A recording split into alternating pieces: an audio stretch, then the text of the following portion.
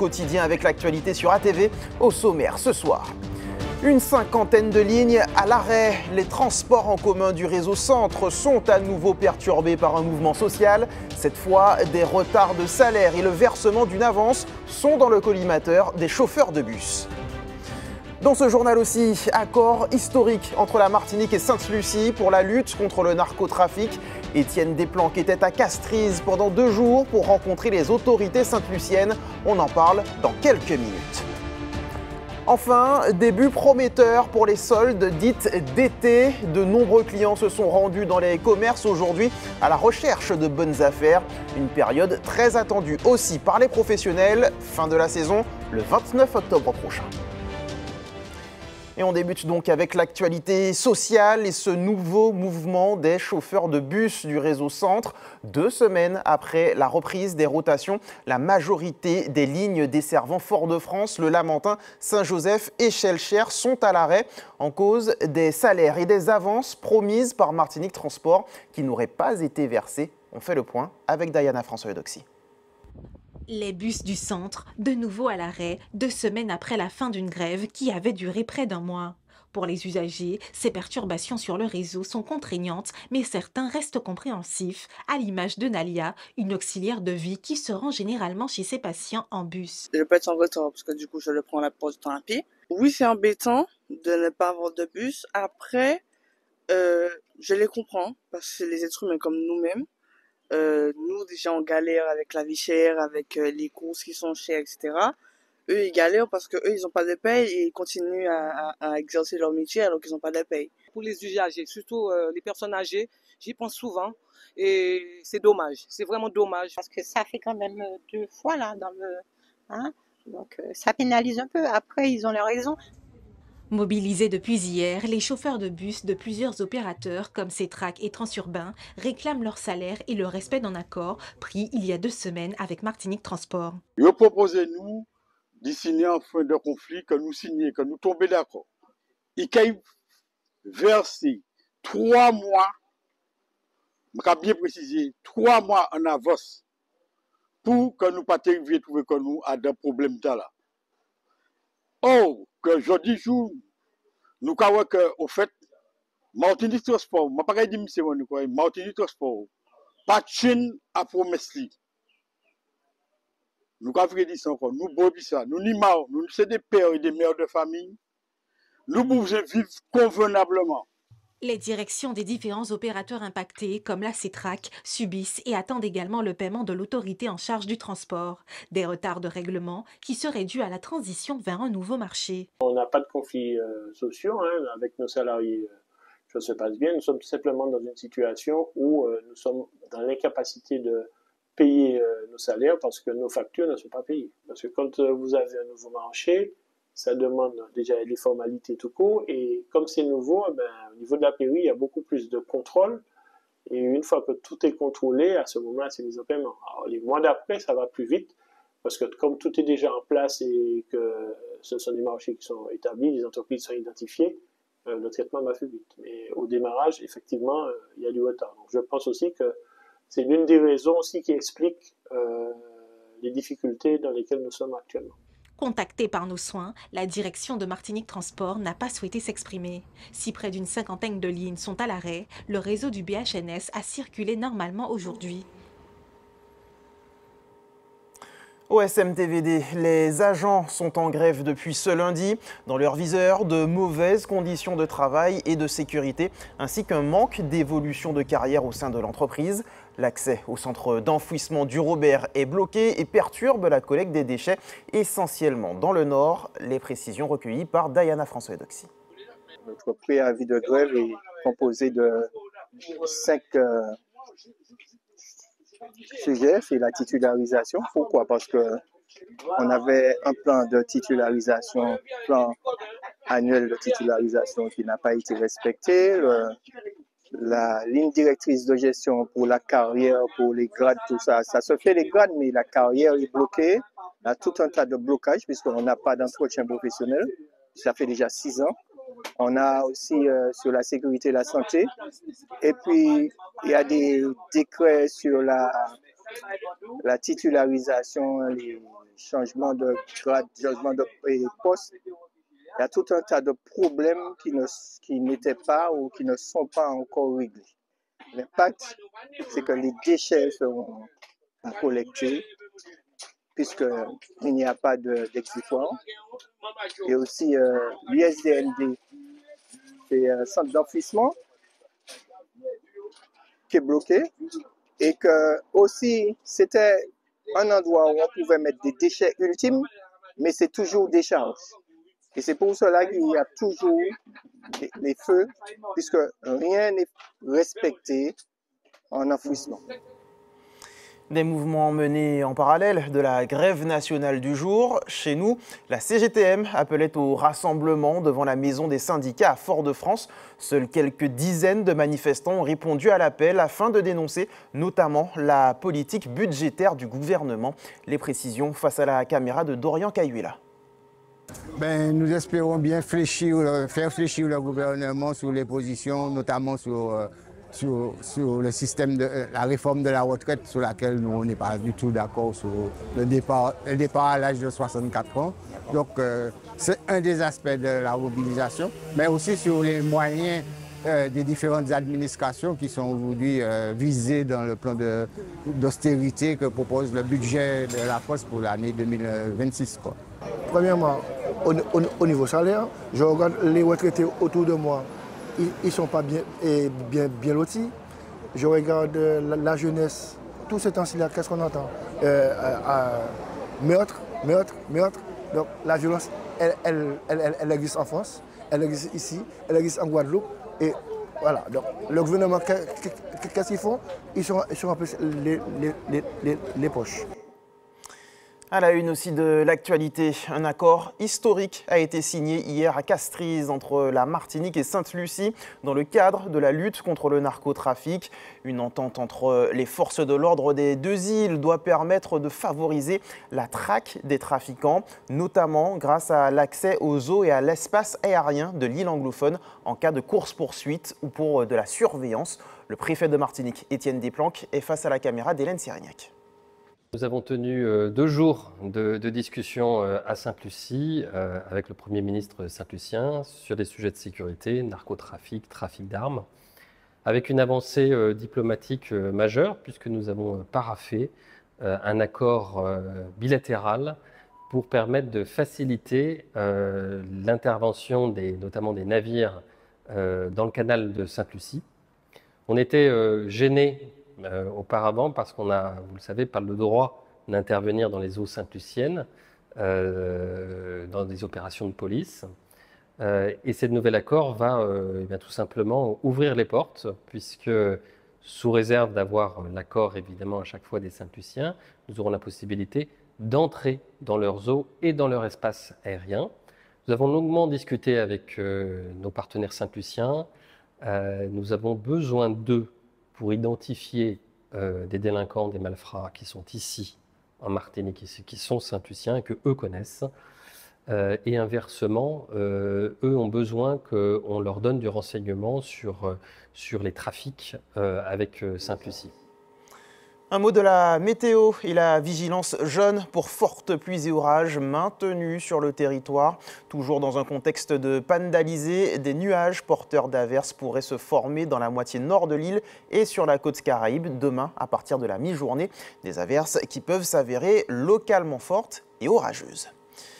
Je vous le disais en titre, les soldes sont lancés dans les différents commerces de l'île et les consommateurs répondent présents, toujours à l'affût de bonnes affaires. Ils ont gonflé l'affluence des centres commerciaux aujourd'hui, comme l'a constaté Dorian Cahuila. De moins 20 à moins 50%, dans ce premier jour de solde, le commerçant annonce la couleur. C'est très important parce que c'est pendant les soldes qu'on peut faire les grosses opérations. Déjà ça tombe bien, on est le 2, donc on est au début du mois, donc la période est bien calculée. Étiquette jaune, portant chargé et clients au rendez-vous, les soldes ont commencé avec de belles réductions. Une aubaine pour les consommateurs qui n'ont pas tardé à se ruer sur les bonnes affaires. Dans ce contexte d'inflation, chaque euro économisé fait la différence. Je n'étais pas des soldes particulièrement pour ça, c'est juste une paire de tennis que je cherche à ma fille.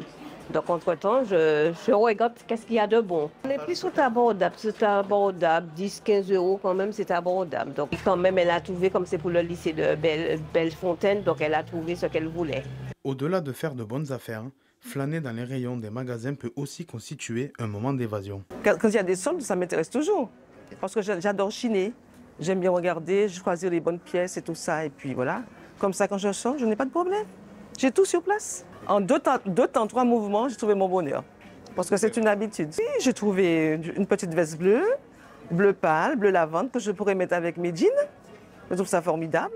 J'ai trouvé une petite robe ballon, que je ne vais pas tarder à essayer. Et j'ai trouvé aussi autre chose. J'ai trouvé une jupe, j'ai trouvé mon bonheur, voilà. Mettre en avant les bonnes affaires et satisfaire les clients, c'est une priorité pour la directrice de cette boutique. Pour ce premier jour de solde, rien n'a été laissé au hasard. Ils étaient au rendez-vous et on a tout fait pour qu'ils soient là. On a des bonnes affaires, on va jusqu'à moins 50% sur une bonne partie du magasin. On a aussi de la nouvelle collection qui plaît aussi beaucoup à nos clientes les plus fidèles, parce que des fois les soldes elles ont déjà tout et donc il faut aller voir dans la nouvelle collection. Et je pense qu'on va avoir beaucoup de monde ce week-end aussi, surtout qu'on est en fin de mois, donc les salaires seront arrivés pour pouvoir se faire plaisir. Les soldes se poursuivent jusqu'à la fin du mois, de quoi vous laisser le temps de dénicher peut-être votre coup de cœur. Le salon des CSE et COS de Martinique s'est tenu aujourd'hui au Palais des Congrès de Madiana. Ce rendez-vous dédié aux membres des comités sociaux et économiques et comités d'œuvres sociales était très attendu. Plus de 300 visiteurs ont fait le déplacement sur la journée. Le reportage d'Hélène Sérignac. Des agences de voyage, des traiteurs, des lieux de réception, bienvenue au paradis du responsable de comité d'entreprise.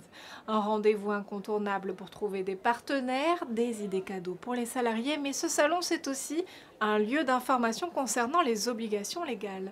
D'une façon générale, les CSE veulent beaucoup se former, être un peu à jour en fait, de leurs obligations pour pouvoir mener à bien leur mandat. Ils veulent aussi pouvoir organiser la vie des salariés dans l'entreprise, donc bien entendu les temps forts, les cadeaux de fin d'année, les réceptions, les voyages parfois. Pour sa 33e édition, ce salon continue de faire salle comble, primordial pour les responsables de CSE d'établir de nouveaux contacts, car la demande des salariés a beaucoup évolué ces dernières années. Maintenant, le CSE, la difficulté, c'est que les salariés, ils ont tendance à ne pas vouloir faire des choses ensemble, donc c'est très compliqué. Donc on est obligé de choisir des choses où ils peuvent même le faire en individuel avec leur famille. Du côté des exposants, beaucoup de nouveaux stands. Dans ce contexte économique incertain, certains prestataires essaient de séduire en B2B. C'est le cas pour ce restaurant discothèque. Le lieu bien situé, équipé et décoré est adapté aux événements professionnels. C'est important pour nous d'être au salon des CSE à Madiana aujourd'hui, car le 888 propose différents prestations, projets tels que les baptêmes, les mariages, mais aussi les événements professionnels, les dîners d'affaires, les rencontres des CSE, leurs repas, leurs soirées de fin d'année et l'arbre de Noël aussi. En Martinique, environ 400 entreprises sont dotées d'un comité d'entreprise. Les organisateurs attendent environ 300 visiteurs au salon. Bonne nouvelle pour les fins gourmets et les grands gourmands. Votre émission La Martinique dans l'assiette fait sa rentrée dès demain sur ATV. Et nous recevons ce soir sa présentatrice vedette.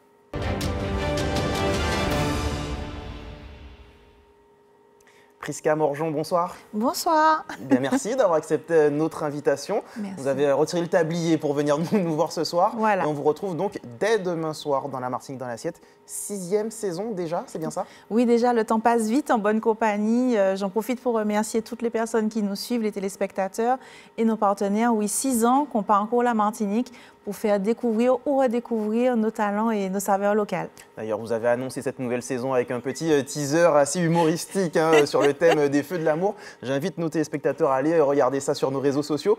Qu'attendre de cette 6e saison? Alors, ce qui fait la différence avec les saisons précédentes, alors bien sûr, on ne change pas une équipe qui gagne, on retrouve toujours ce parcours à travers la Martinique pour découvrir nos exploitants, notre production locale, tous les enjeux et tout l'investissement que nos professionnels mettent dans la production locale. local, on va retrouver des recettes aussi, mais la différence, c'est qu'on essaie d'aller encore davantage en commune à la rencontre des Martiniquais, partager des temps forts culturels aussi avec eux, mais surtout parcourir nos communes, en fait, pour pouvoir y découvrir de multiples trésors.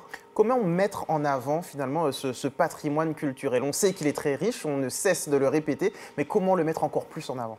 Je crois qu'intégrer vraiment au quotidien le fait de manger local, c'est déjà un outil important. En s'appuyant sur les produits de nos jardins, de plus en plus les Martiniquais ont leur jardin à la maison et même sur des petites surfaces. Donc je vais vraiment... Ça me tient à cœur de vraiment utiliser ces produits-là, vous montrer qu'avec ce que vous avez à la maison, vous pouvez faire beaucoup. C'est vraiment, voilà, la cuisine du quotidien, l'originalité, détourner les produits qu'on connaît déjà. Et effectivement, avec ça, ça permettra de davantage encore mettre en avant nos produits. Et au bout de 6 saisons, vous arrivez encore à trouver de nouvelles recettes. Les choses ont peut-être évolué aussi entre le moment où vous avez débuté cette émission et aujourd'hui? Oui, c'est vrai qu'au niveau de l'évolution, on me demande de plus en plus de recettes d'antan. Il y a vraiment un retour, une envie de connaître les recettes anciennes ou les recettes que j'ai vraiment connues de ma grand-mère. Quand j'ai démarré La Martinique dans l'assiette, on attendait cette émission de la nouveauté, des recettes du monde détourné. Et aujourd'hui, on me demande le migan, le vrai chocolat communion, voilà, des recettes comme ça qui font sens, qui ont une histoire. Et donc, on va vraiment les retrouver cette année dans La Martinique dans l'assiette. Donc, une cuisine qu'on remet en avant, en tout cas pour nous, locaux. Est-ce que c'est aussi une cuisine qui peut aller vers l'extérieur facilement?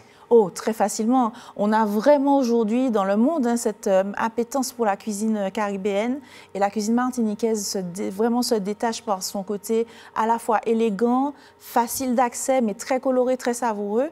Et effectivement, notre cuisine n'a rien à craindre par rapport à ce qui se fait dans le monde. Au contraire, c'est vraiment un moyen de valoriser notre identité et nos spécificités. Rien à craindre, rien à envier des autres non plus, j'imagine. Exactement. Prisca Morgeon, outre La Martinique dans l'assiette, quelle est votre actualité? J'ai vu qu'il y a quelques jours, vous avez annoncé la fermeture notamment de votre restaurant aux Trois-Îlets. Oui, absolument. J'ai eu la chance pendant plus de 5 ans d'exploiter un restaurant au fond de mer des Trois-Îlets. C'est d'ailleurs là où on tourne l'émission La Martinique dans l'assiette. Donc ce lieu continue d'exister autrement. J'avoue que j'avais envie de lever un peu le pied parce qu'entre le restaurant, La Martinique dans l'assiette et toutes mes autres activités, ça faisait beaucoup. Donc aujourd'hui, je suis chef privé. Je continue à proposer mes services de traiteur. Et une partie de mon activité qui me tenait à cœur et que je voulais encore plus mettre en avant, c'est qu'aujourd'hui, je me déplace dans les écoles, notamment avec les CCAS également, pour proposer des ateliers de cuisine. L'idée, là, c'est de pouvoir, au plus près des Martiniquais, partager ma passion, mon savoir-faire, pour qu'on cuisine encore plus local à la maison. Bien, merci beaucoup, Prisca Morgeon. Je vous laisse nous redonner le rendez-vous demain. Alors, La Martinique dans l'assiette, à partir de demain, 19h35, juste après le JT. J'annonce le produit du jour. Allez, oui, je vous le dis. On cuisine le kumquat et on sera sur une saveur sucrée hyper originale. Gourmandise au programme. Et on a hâte de découvrir ça. Merci beaucoup d'avoir accepté notre invitation. Et à demain pour le retour de La Martinique dans l'assiette sur ATV. Merci. Et vous n'êtes pas la seule à faire votre rentrée, chère Prisca. Le nouveau sélectionneur des Matinino a dirigé son premier entraînement hier soir au Lamentin. Après sa présentation officielle dans la matinée à la Ligue de football, Fabien Mercadal a rejoint la vingtaine de joueurs retenus pour ce rassemblement. Un groupe qui devrait s'étoffer avec des joueurs professionnels, Karil Chassol et Axel Guito. Exercice de passe et d'adresse face à une petite cage, c'était notamment le programme de ce premier entraînement des Matinino avec leur nouveau sélectionneur Fabien Mercadal. Et il n'hésite pas à donner les conseils comme lors de cet atelier transversal. C'est presque un très bon ballon, c'est juste que tu l'as mal axé. C'est presque un très bon ballon, parce que tu l'as rentré dedans.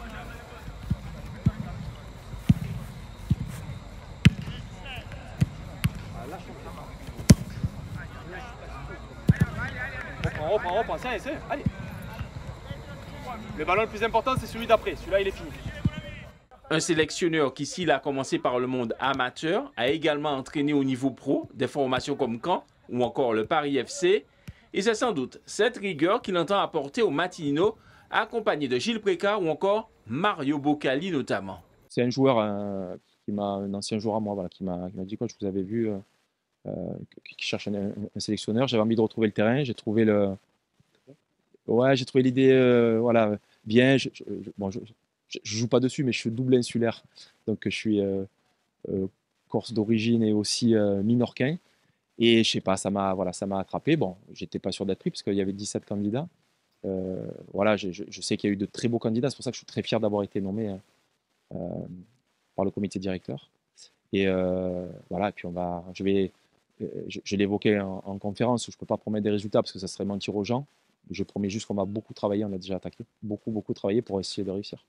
On tente de, ce qu'on expliquait aux joueurs, de mettre les joueurs dans les meilleures conditions. Et ce que j'expliquais, c'est pas se substituer au club, parce que le club travaille très bien, mais tenter de trouver un projet de jeu, voilà, qui fasse que on puisse être prêt aussi dans le domaine tactique le plus vite possible. Fabien Mercadal assistera à plusieurs rencontres du 4e tour de la Coupe de France prévu ce week-end, une façon de s'imprégner encore davantage des réalités de notre football. La couleur de l'esclavage enfin en salle en Martinique. Après un parcours remarquable dans les festivals du monde entier, le film de Patrick Bosselin est désormais visible à Madiana et TDS. De nombreux spectateurs se sont rendus à l'avant-première hier. Les images de Samélé Bizza BMV, commentées par Sandrine Claude. Une avant-première qui sonne comme une victoire. Plus de 1 an après avoir sorti le documentaire La couleur de l'esclavage, Patrick Bosselin présente pour la première fois son œuvre au public martiniquais.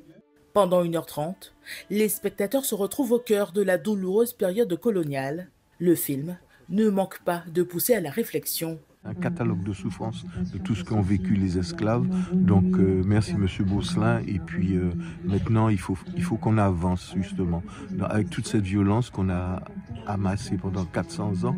Comment on doit faire partie de cette violence-là et comment on doit vivre plus heureux dans le monde à venir. Très belle réalisation. Patrick nous a encore donné du meilleur encore. Alors franchement, on reconnaît la qualité. Mais la patience humaine a des limites. Dans la salle, certains protagonistes du film sont venus découvrir sur grand écran la production finale. Parmi eux, Héloïse, qui a joué en tant que figurant dans le rôle de captif. Me mettre dans ce personnage-là, ça m'a quand même ému, même au niveau du tournage, parce que je me suis vraiment mis dans la peau du personnage et de voir tous les décors, toute l'ambiance en fait, je me suis vraiment senti vraiment à cette époque-là. Bon, évidemment, ce n'est pas la même chose, mais ça m'a permis de visualiser et le revoir encore sur l'écran, c'est encore plus parlant. Si le documentaire est aujourd'hui officiellement programmé dans les salles de cinéma, il a fallu du temps pour qu'il soit pris en considération. Je ne comprends pas que vous ne soyez pas soutenu quand vous faites ce genre de création. Ça, c'est inadmissible. Il faut que les gens le sachent. Que vous faites un travail formidable tout seul, que vous êtes reconnu internationalement. Mais notre petit pays Martinique, qui est si prétentieux, n'arrive pas à vous aider. Ça m'écœure, mais à un point que vous n'imaginez pas, monsieur Bosselin. Cette diffusion en salle martiniquaise n'intervient qu'après la pluie de récompenses reçues par le réalisateur à l'international. C'est un chef-d'œuvre, comme chacun de ses films d'ailleurs. On ne le connaît pas assez. Et je crois qu'il faut que la Martinique, que les politiques, que les élus fassent quelque chose pour soutenir cet homme qui tout seul fait un travail de titan. Il est reconnu dans le monde entier, il a des récompenses, mais la Martinique ne le soutient dans aucun projet, si bien que ce sont des médecins, des infirmiers qui ont fait figure de personnages dans le film. C'est un film poignant, un film douloureux, à faire voir par tout le monde, même les enfants de l'école. C'est un documentaire qui est indispensable et l'avantage d'un documentaire filmé par rapport à une lecture, c'est que ça accroche, l'émotion est palpable pour tous les gens qui étaient dans cette salle.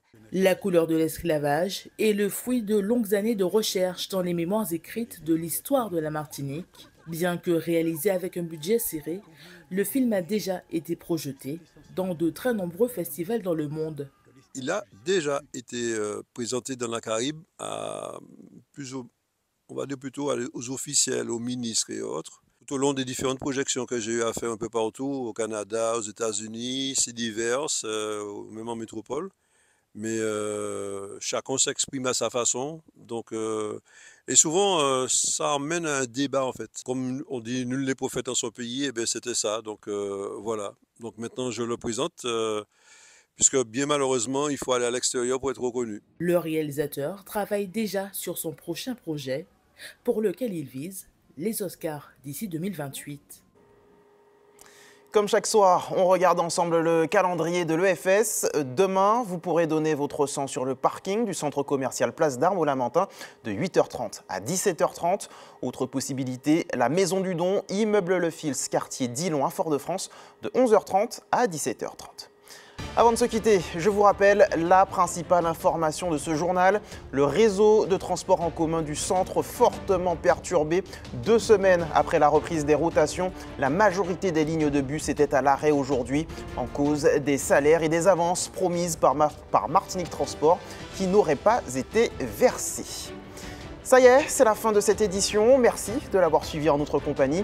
L'actualité continue sur nos réseaux sociaux et notre chaîne YouTube. Quant à moi, je vous donne rendez-vous demain, même heure. Passez une excellente soirée sur ATV.